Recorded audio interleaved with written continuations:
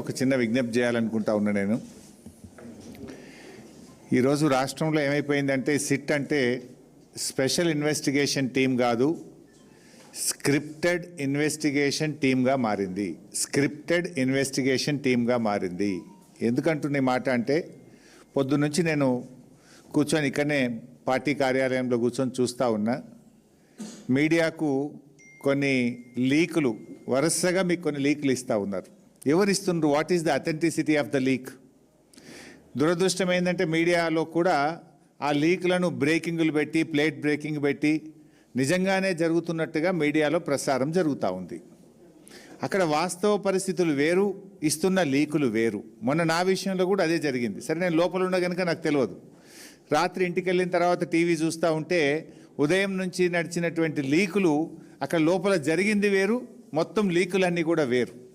వాస్తవానికి భిన్నంగా, వాస్తవానికి విరుద్ధంగా ఇవాళ లీకులు చేస్తూ ఉన్నారు. అంటే ఒక రకంగా ఇది రాజ్యాంగం మీద దాడి, వ్యక్తిత్వ హననానికి పాల్పడడం. రేపొద్దున బీఆర్ఎస్ ప్రభుత్వం వస్తుంది. ఈ లీకులన్నీ తప్పని తేలితే దానికి ఎవరు బాధ్యత వహించాలి? ఆ లీకులు చేసిన వాళ్ళ పరిస్థితి ఏంది?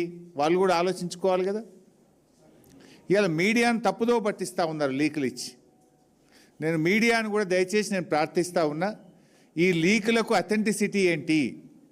ఆ లీకులను ఏ రకంగా మీరు యథావిధంగా ప్రసారం చేస్తున్నారు? దయచేసి ఒక్కసారి వాటిని క్రాస్ చెక్ చేసుకోవాలని నేను కోరుతా ఉన్నా. నేను పోయొచ్చిన తర్వాత కూడా మీడియాలో చాలా వచ్చినాయి ఆ రోజు, నెక్స్ట్ డే పత్రికల్లో కూడా. అందులో 90% సత్యదూరమైందే. మాకేంటంటే మీడియాతో బాగుండడం అలవాటు. డిఫమేషన్ వేయాలి, వేస్తే ఎవరి మీద వేయాలి? ఆ లీకులు ఇచ్చినోడేమో తెలియదా, పత్రికనేమో ముంగట కనబడుతుంది. We don't want that. We want to have a fair relation. So kindly we appeal to you. ఈరోజు కేటీఆర్ గారిది నేను ఉదయం నుంచి చూస్తూ ఉన్నా, పదే పదే తప్పుడు లీకులు ఇస్తూ ఉన్నారు. లోపల ఏదో జరిగిపోతున్నట్టు క్వశ్చనేర్ మొత్తం వరుసగా 10 క్వశ్చనేర్లు పంపింది మీ అందరికీ. నేను కూడా ఒక మీడియా మిత్రుడు చూపిస్తే చూశాను.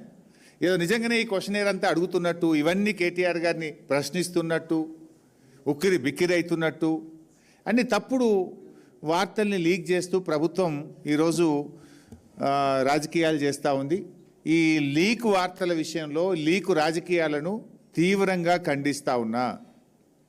విచారణ అంటూ డ్రామాలాడుతూ మరోవైపు కట్టుకథలతో మీడియా ట్రయల్స్ నడపడం అనేటువంటిది రేవంత్ రెడ్డి పిరికితనానికి నిదర్శనం.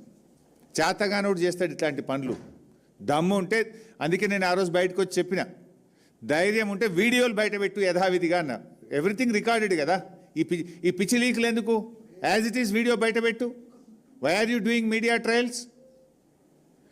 లీకులతో కాలక్షేపం మానేసి దమ్ముంటే ప్రజలకిచ్చిన 6 గ్యారంటీలు, నేను 420 హామీలు అమలు చేయి ఫస్ట్. ఈ లీకులతో ఎంతకాలం నడుపుతావు గవర్నమెంట్ను? ఇప్పటికీ 2 నెలలు అయింది. ఇంకా లీకు రాజకీయాలేనా?